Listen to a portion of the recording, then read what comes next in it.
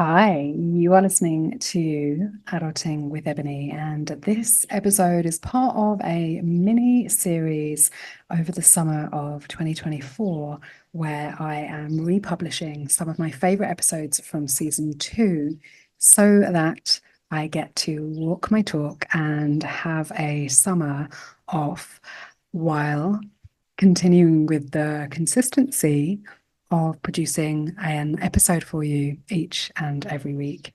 These episodes are my favorite seven from series two, which is really difficult to compile, by the way.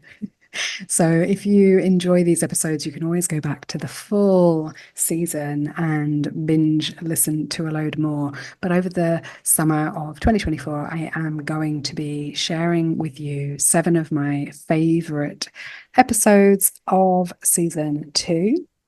And I will be back with a brand new season eight, in September. Until then, have a wonderful summer. Please, as you're listening to these episodes, come and connect with me on Instagram. Let me know how you're getting on. And as always, please share the podcast, rate and review. It means so, so much to me. You are listening to Adulting with Ebony. Season 7 brings together neurodiversity, human design, and embodiment so that Gen X or millennial misfits and late diagnosed neurospices become empowered, embodied, and fully expressed. This is the show where I actively encourage you to feel your feelings rather than think them. Glow up, not grow up, and become full of yourself. Because who the fuck else should you be full of? Each week, I have real and raw conversations about what it takes to be fully resourced and have happy, healthy, intimate relationships as a dopamine deficient adult wanting to create a better future by being the change that you want to see in the world. I am your host, Ebony Allard, aka Ebony Alchemy, a late diagnosed ADHDer, combined type and Asperger's in case you like specifics, artist, mystic, and self-actualization facilitator. I'm an international award-winning multiple brain integration technique master coach with special interest in embodied human design for neurodivergence. I've been in the personal development, creativity, and entrepreneurship spaces all of my life. And as a 5'2" emotional manifesting generator with a left angle cross of distraction, I am here to help you know what to trust and what to tune out. Each week, I share relatable, practical ways that mean you get to take less responsibility for more reward and safely remove your camouflage for more belonging, acceptance, and fulfillment. Ready? Let's go.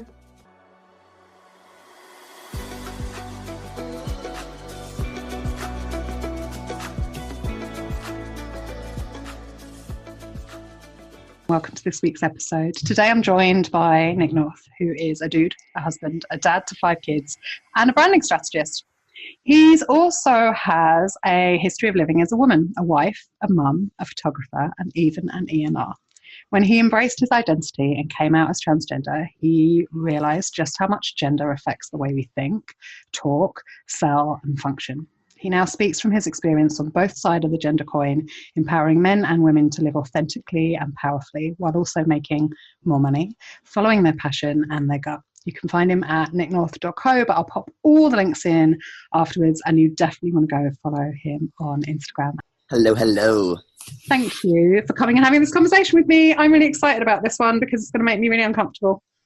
Oh, I love that. I love that so much. I'm super jazzed to be here. First up, what does adulting mean for you? Or what does being a kick-ass and kind adult mean for you? Yeah, it's going to sound like not very fun, but I think for me, I think it's about responsibility. And I was that person that I was probably like an adult around 13 when I bought my first vacuum. So, right. But it's, I know. I really like vacuums, actually. It's like I have 3. It's fine. That's weird. It's fine. But it tells us a lot about you, really. I mean, yeah, it does. I like to, suck things up and keep things orderly. But it's just about what are you responsible for? Are you responsible for yourself? Are you responsible for your actions? Are you taking responsibility for every part of your life?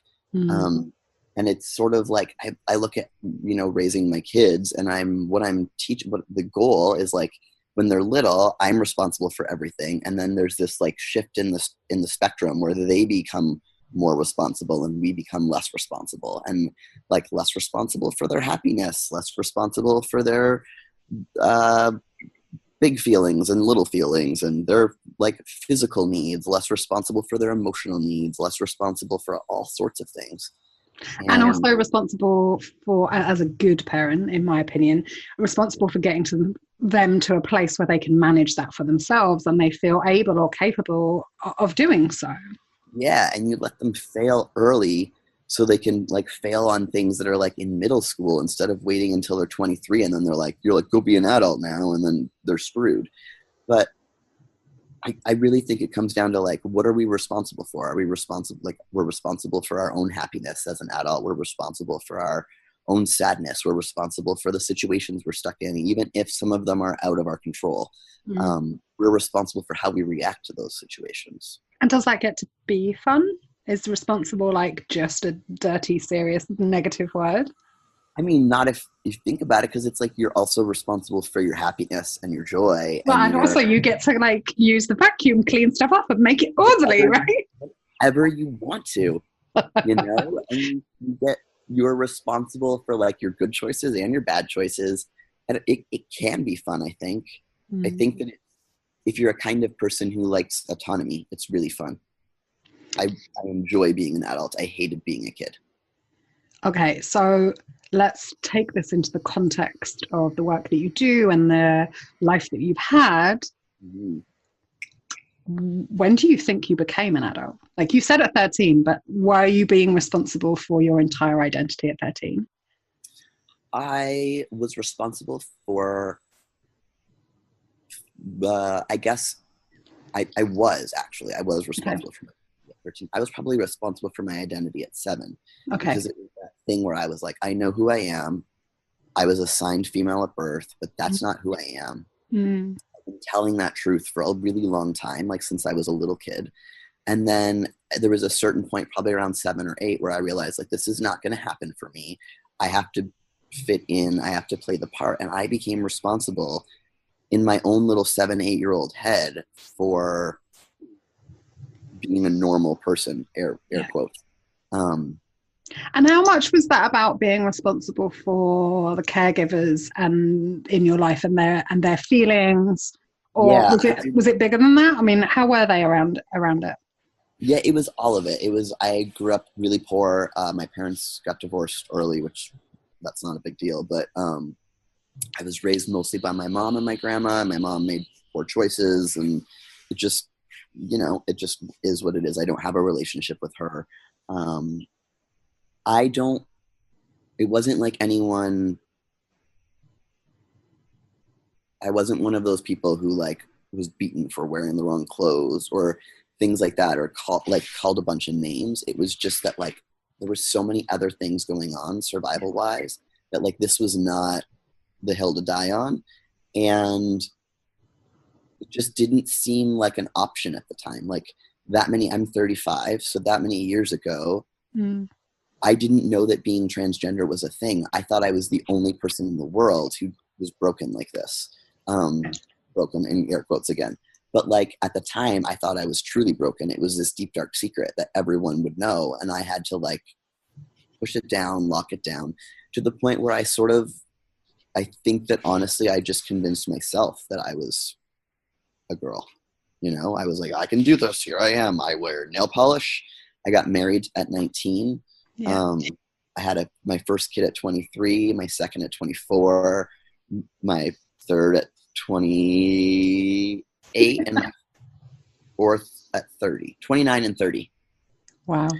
Right. And so I just kept being like, I'll just do the next thing that shows that I'm like a good woman. Like I got married, I bought a house, I had kids, I stayed home with them. I was a fucking great mom. I did all the right things. I like then started a business from home to find myself again and get my identity back. Like I did all the things. And at what point did you recognize that there were other options? Like, yeah, when did that happen? I thought like, oh, I'm just gay. That's the issue. That's okay. Like, what's happening. But I was like, I'm married, I'm in this situation, here I am, I'm in it. So, I got 5-6 more years, get all my kids in school, then I'll explore those things. And then I fell in love with my wife, and I was like, oh, I can't wait that long. That's unfortunate. Now I have to leave my husband for my wife. So, and that was that's when like I finished my adulting, I think, was that like, or I guess I finished my stepping into being an adult, was that time period. And it was probably about a 2-year period where I realized I was gay. No, I'm not. I'm a man. That's a whole thing. Figuring all of that, unpacking all of that, and then choosing that like I have to do what is best for me. I'm an Enneagram 2. I'm a helper with a 3 wing. So I am a helper with an achiever wing, which means I have to be the best helper. And my Gretchen Rubin tendency type is an obliger. So basically I do everything to get validation and like whatnot from others. And I had to realize like, oh, I'm putting myself in a lot of trouble this way. And it doesn't mean that I'm going to take, like, that's still who I am, but it taught me to have boundaries around it. And it also taught me to, that like, it's okay that that's how I feel good about myself. But I also know that I really hate being taken advantage of. And I wasn't articulating where my lines were. And so I was like being pushed into that taking advantage of all the time. Then I was an exploding doormat and an asshole. And actually, I love that you brought that up, because I think it's really important for us to normalize that, right? Like, there are so many really good misfits. Like, you literally described my misfit client avatar, right? Like, who are obliging and like just really good, really kind people, and have a tendency to explode out the sides because they aren't great at communicating their boundaries to other people, which means they get squished and then explode, right? Yeah, and then we don't take responsibility for the fact that actually we did that to ourselves, because they didn't know that was where our boundary was. We literally didn't tell them. We told them over and over again, it's fine, it's fine, it's fine. Well, and sometimes that's because you didn't know either, right? And so like learning your own boundaries, going through this, like, well, some of the things that I love about yours and Catherine's social media and the documentary, everybody has to absolutely go watch that. It's great. But also there's one thing that you shared the other day, which I've been sharing with absolutely everyone, which is the numbers tool for how much. Tell me, you use it, do it in your words, because I'll bastardize it in some way. Yeah, so basically it is, we realized that we were compromising all the time and no one was getting what they wanted. Then we also realized that we were fighting all the time, but it was like about shit that we didn't actually care about. It was like we were fighting about where the salt and pepper went. And it was like, oh, we were both used to always being in charge because we were both single parents. And when I wasn't a single parent, I was very much the primary parent. My husband worked 60 hours a week, and like that, I made all the decisions at home. And so it was very much like we were just both used to being in charge. So we would fight about stupid things. So what we do is now when we start to feel conflict, we go, oh, what number is this for you? And the number is based on like 0 is like, I couldn't give a shit at all. I have no opinion. I don't care. You could do anything in this situation and I wouldn't give a damn. And 10 is I'm ready to get a divorce over this. So now when we're in conflict, even when it just begins, we go, oh, what number is this? And I'll say it's a 5 and she'll say it's a 7. Okay, you do you. Or 5 or 7, we might actually do a little bit of a compromise. Like here's why it matters to me. And she'll be like, oh, I can totally honor that while still doing all of this. Mm-hmm. If it's like a 2 or a 1 and like a 4 and a 5, the person that's higher gets it. If we're both at an 8, we book therapy. It's like you put a pin in it and like this is a sticking spot. And if we try to compromise, we'll both be unhappy. And we need to figure out more like what the root of it is, what the things are. And so we just walk around talking in numbers all the time. Well, no, you don't, right? Like, it's what I really love, and I've watched bits of it. We were just talking earlier about how you document your whole life now, and everyone loves it. But like, exaggerating. But I love that you found tools to adult, because there is this notion still in society, I believe, that you get happy ever after. Like, people come to me and they're like, "I want to find my relationship." Great. What do you think is going to happen after that? Well, I haven't really thought beyond that, because then I'm going to be in happy ever after land. I'm like, no, it doesn't work like that. We need tools to stay in relationship and to continue to choose each other every single day. I'm one of those people that fully believes in soulmates. I believe that we are, like, we've all lived many lives, and Catherine and I have lived a ton of them together, and we'll live a ton more. And I feel like being with your soulmate actually is the person that is set up to stretch you to be your biggest, boldest, bravest self. And so if you're actually with your soulmate, it's a fuck ton of work. If you actually want a good, wonderful, functioning marriage, it is way more work. It is way more work to be married to my wife now than it was to be married to my husband, who was not the right person for me, and yet a really delightful, wonderful person and still a friend, you know? I'm really curious. I feel like we could do a whole podcast on that, but I'm really curious how you managed that. How are you still friends? How did you navigate this whole process and end up in a place where you're all friends? Honestly, I took responsibility for the fact that I was the one leaving. I was the one choosing to walk away. That, like, we had like, when I said I was leaving, he was like, well, we had a deal. We had a contract here. Like, what up? And it's because we both weren't living our truth at the time. He's come out since then too, and he's happily a gay guy and super great. But I took responsibility for it, and I chose to let things go that I knew mattered to him, that didn't really, I gave him the house. So it was that thing where, like, I knew that it mattered that he could stay living the same quality of life that he had stability, that he had the same place for our kids to come to his house to. And I could have been like, you need to buy me out of my half. I want my 70 grand or whatever.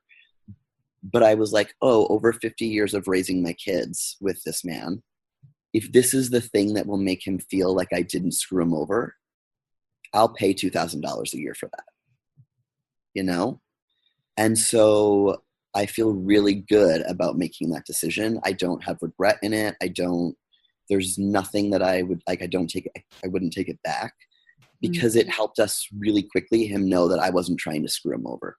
That's so important, right? I mean, in intention and for me, adulting is like letting someone know your intentions, and also that you hear them, that you understand them. And if you don't, like, trying to find a way to understand what motivates the other person and what they need in order to feel met and seen. Yeah.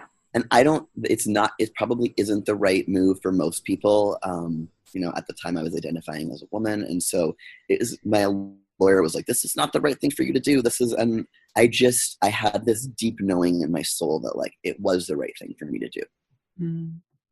So I wouldn't suggest that to most people. I knew that I could provide for myself, and I wouldn't suggest that for most people, but for me, it was the right thing. I'm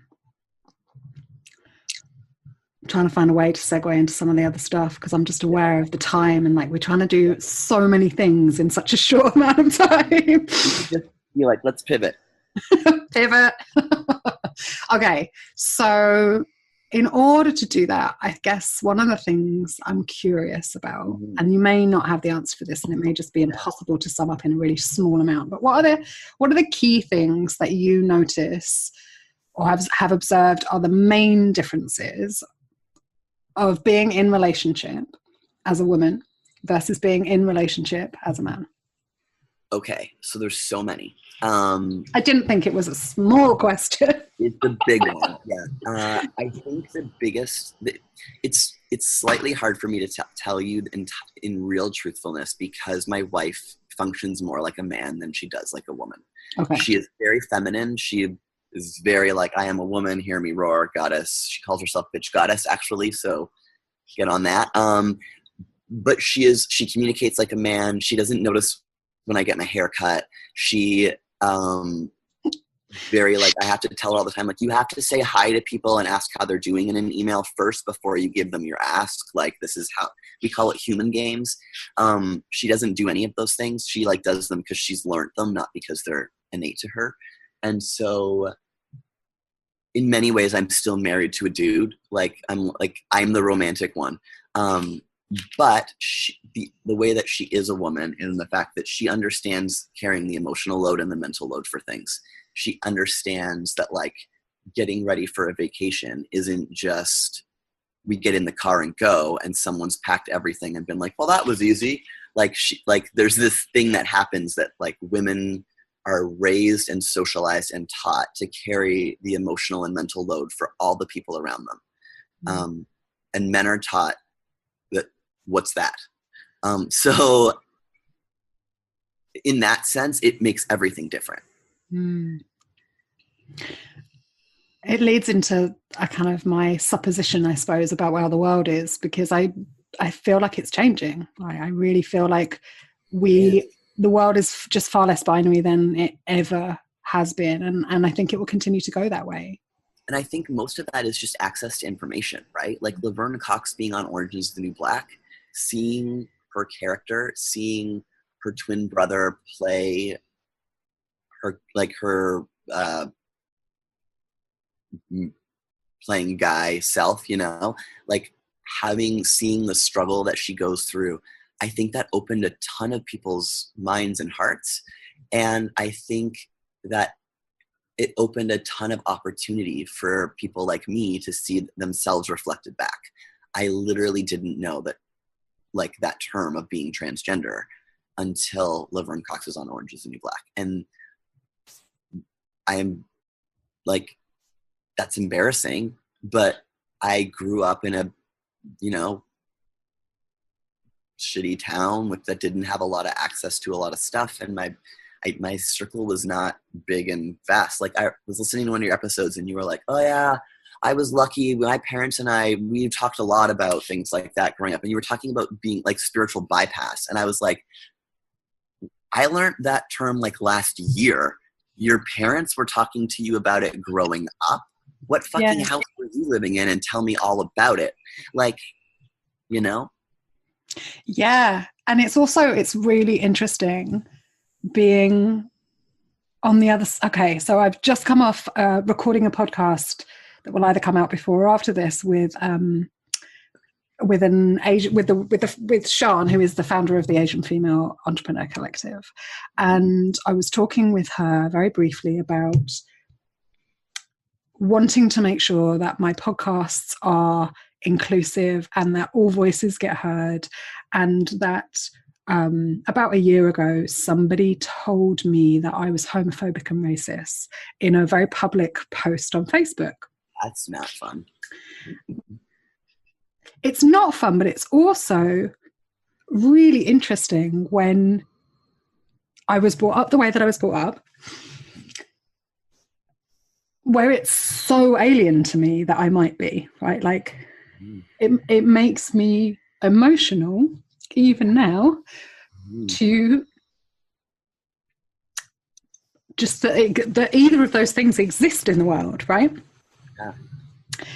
And so I really checked myself. And over the last couple of years, I've been really like aware of my whiteness, of my privilege, of my like privileges I didn't even know I had, right? About like knowing who I am, knowing what I like all sorts of things. I just had no idea that I had privilege around. And I think it's really important for us to have those conversations, and I really want to use my privilege in that way. And it's uncomfortable to do so because we might like, it's really uncomfortable because I might look stupid, I might look unkind, I might like all sorts of things. Yeah, and when we're trying to be better, we also are all panicked that like everyone's going to think we're trying to be white saviors, and we're like trying to tokenize people by having people of color as our friends. But how are we supposed to learn about experiences?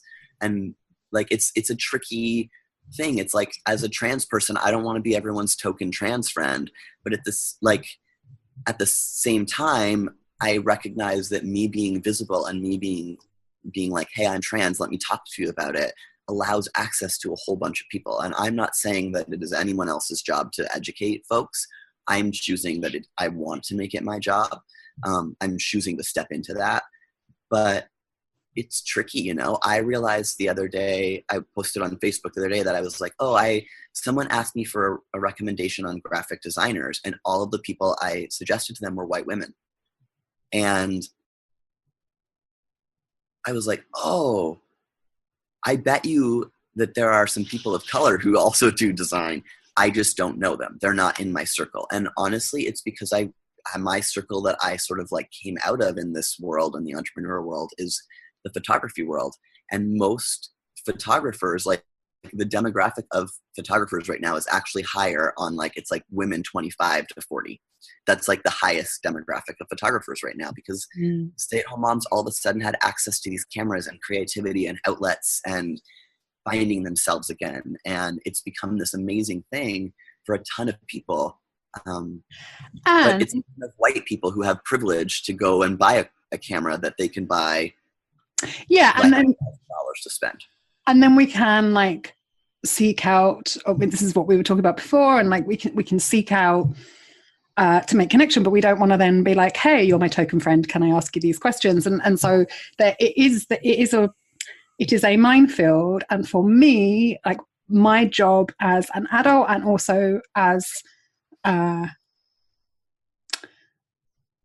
my calling, if you like, to be someone who is, I'm starting to use the term priestess of alchemy, because it's my job to alchemize people's shit into gold. And that means we have to talk about it. We have to allow the light to land on it so that it can transmute into something else. Right? Like, if we look at the amount of like sexual assault and sexual abuse that happens in the world, and then look at how much we actually talk about sex, I think there's a direct correlation there, you know? Absolutely. If you make something taboo, if you make it like, if you stop people from, like one of the things I'm jealous of about your life is that you get to do all the topless selfies, right? So many topless selfies. I'm like, get it. I'm all over it. We're like really sex positive. We start talking to our kids about consent at like very like, you know, our 10-year-old would pick up our 1-year-old and the 1-year-old wouldn't want them to. We were like, hey, actually, can you see that they don't want that? You have to listen to their body. Their body is their rules, you know? We tell our kids every day when they go off to school, be kind and brave, and remember that no means no and your body is your own, you know? That's our mantra. And I love that so much. Yeah, you just have to start. It's like when you bring the things into the light and you talk about them, you can heal them. Okay, so we've had I want to quantify this. I have asked your permission to have this conversation, and we're going to dive into something that's a little bit uncomfortable for me, and we're going to do it anyway. So when I was talking to my friend about having this conversation with you, I was like, there's so many things I want to talk to Nick about, and we've got like half an hour. What should I focus on? What should I include? And she said, what are you most scared to talk about? And I said, great question, by the way. And I said, well, when I was dating, online dating about 5 years ago, I was having conversations with lots of men, and one of them made me feel uncomfortable, but there was something about them that was uneasy for me. Like I couldn't put my finger on it. There was something about them that was like, you're not like everybody else, and I can't put my finger on it. And it made me feel uncomfortable. Mm-hmm. And that's when I kind of learned that they were trans, and I didn't know. It made me feel really uncomfortable. I didn't know what to do with it, and I ghosted them. I was supposed to go out on a date. I cancelled the date. I not show up, but I cancelled the date and then stopped speaking to them. And I felt really bad afterwards because I wished that I had the emotional maturity to do better, but I didn't. And I then maybe about 6 months later was on a really busy train, and I bumped into them. And it was so awkward. And I felt like karma had come to bite me in the bum. And I just, again, I like didn't know what to say. And I don't think they recognized me, or maybe they did. We both sort of looked at each other and didn't have the conversation and didn't say anything. And I wanted to bring this, not to like just out myself, but I can't be the only person in the world who's been in this situation. Yeah. I don't think you are. I think it's really human. I think it's really like typical. And I think if we look at where the world was 5 years ago, it was just, I think that now most people would not ghost someone. I think that but 5 years ago, most people would have, because they don't know what that means. What does that mean? What does that mean for me? What does that mean for you? How do I deal with that? And the normal human response is when something is too hard for our brains literally, their job is like their primitive job, their primal job is to keep us safe and to conserve energy. And so when something is too hard for us to think about, literally our brains take us somewhere else. Like that's their job. I talk to people about this all the time when they're writing website copy, because if there's too much on a website, you can't tell what to do right away, your brain literally makes you go away. It's like, nope, I'm not reading this. I'll start daydreaming and thinking about something else. And that is, it's like the exact same thing has just happened. It is unfortunate because it happened with someone like a human rather than a website. But I mean, you're talking about it now. You're doing better now. You know what, for me actually, like since once I've kind of really digested it, I was like, it was a wonderful experience for me. I mean, not that it's all about me, but it's my journey. Because I'd been ghosted by men so frequently, and it was the first time I'd ever done it the other way around, and it gave me an insight into what might be going on for some of the guys. So I just blanket hated every single guy that had ever ghosted me without really understanding what might be going on for them. And now I kind of get it. It's like, I just, like, for whatever reason, I did something to them that gave them a similar experience where they were like, I don't know what to do with this. So I'm done. Yeah. And it could be that like, this woman is too like, she knows herself too much for me. And that's scary because I don't know myself that much. I'm not ready to like, I can see lots of reasons why someone would look at you and be like, ooh, I'm not ready for this, not because you're not awesome, but because you are awesome. And so I think that's for people. Yeah. I actually had one guy get back in touch with me like 6 months. I didn't even remember him, right? Like I just didn't even remember our exchange at all. And about 6 months later, he got in touch with me on Instagram and he said, I want to apologize to you. I was really mean. I was like, who are you? I'm so sorry. Like, I really don't remember you at all. And he said, we chatted on this one app. We had about this many conversations, and then I just ghosted you. And I ghosted you because you seemed really cool, and I realized you were the kind of woman I actually wanted in my life. But there's just no way if I showed you the real me, you would be into me at this point. I was like, wow, like that's some self-actualization. Yeah, but also, like, again, I'm like, this is so human. Like, I feel this way so often when I see guys that I determine are too attractive for me, right? So I'm like, oh, you're too attractive to me. And so I talk to them, and if they're intelligent as well, then I'm out of there because I want you, so I'm going to leave. The human brain is ridiculous. I mean, we do that with not just with love interests. We do that with people that we want to be friends with. We do that with people that we do that with ourselves, like our own imposter syndrome all the time. Like, I'm not going to apply to speak at that conference because they would never. I'm not going to pitch myself on that podcast. I'm not going to submit my book to that publisher. I'm not going to do, because like that's above me. That's way out of my league. You know, that's a really human response all over the place. One thing that I want to touch back on really quickly with the trans guy is the fact that you said that there was something that made you uneasy. Mm. And I think that is really a insightful thing for you and for like other people, that like, just because something makes you uneasy, it doesn't mean that it's bad. Everyone thinks like, oh, they're hiding something. It must be very terrible. But sometimes it's just like the world is not safe enough for us to show our true selves to everyone. And I think that it's a lesson for everyone listening, and like for ourselves, that like actually when we show up inauthentically, it's more off-putting. It's like I have a way easier time connecting with people now that I'm out, because people always would be like, oh, there was just something like a little off, like you were just like hiding something, and it's because I wasn't being my true self. And anyone who's empathic, anyone who like really feels the energy of people rather than like the words that are coming out of their mouth, there was like a disconnect there, you know? And I would imagine that you're that person. And so thank you, because actually that's really, now I would behave entirely differently. And I'm not saying that I would even still go on a date with that person, but I definitely show up fully and have a conversation to get sure, or to get clear whether I was interested in them as a person.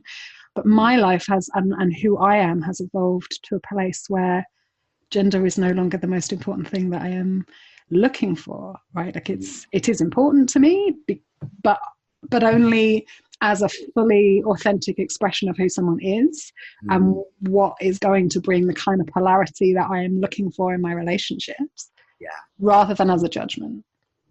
Right. See? Yeah. We all get bigger and better. We all learn from things. And you know what? I bet you that he learned something from there too. Yeah.